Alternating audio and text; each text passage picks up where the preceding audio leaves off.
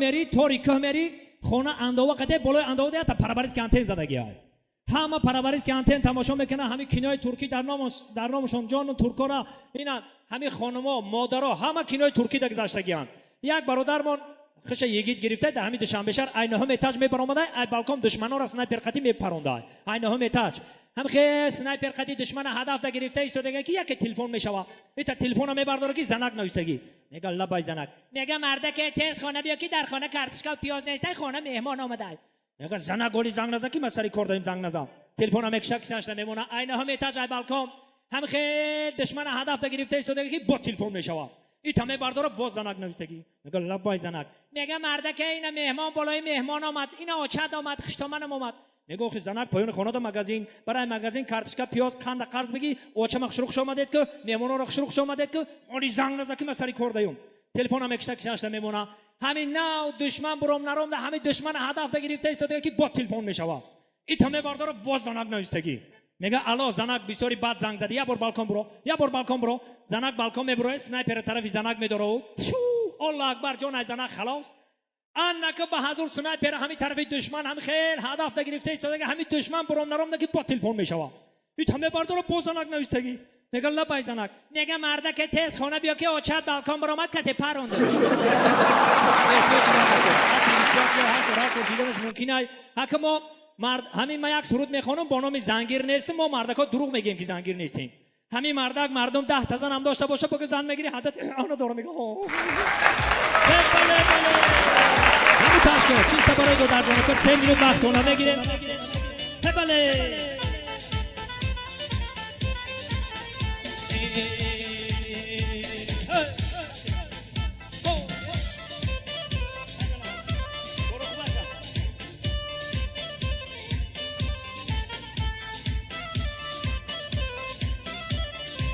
بله بله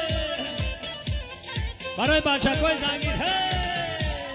پرچم بار گفتم مالی من زنگیر نیستم پرویز در رسیه های باید منش بستم لکی روزم ندادی خوردی دیلو جگر من اسمس روی همه که خستم ای خویا جوی بریم زنگیر نبودم زنگیرم کردی زنگیر نبودم و زنگیرم کردی در پرابلم ها زنجیرم کردی در پرابلم ها بله ها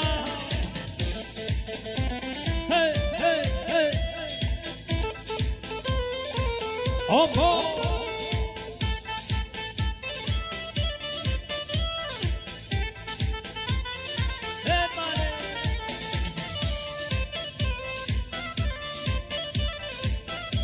آنها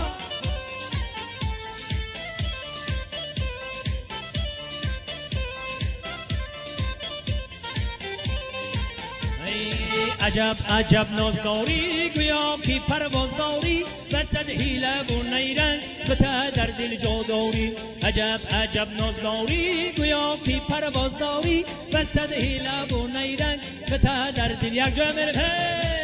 زنگیر نبودم زنگیرم کردی زنگیر نبودم زنگیرم کردی در پرابلم ها سلامت باشن همجا بلبلا هستن من زاغده چی در کنه خخ کردم بلبلا میخونم همه فقرم خیلی دلبانتان خنده هویدا باشد انم خیلی سرجم باشین تاجیکستان ما با مثل بهاران سرسبز و گلریز و زیبا باشم میگه دل آن نزد کسی بینشین که از دلها خبر دارد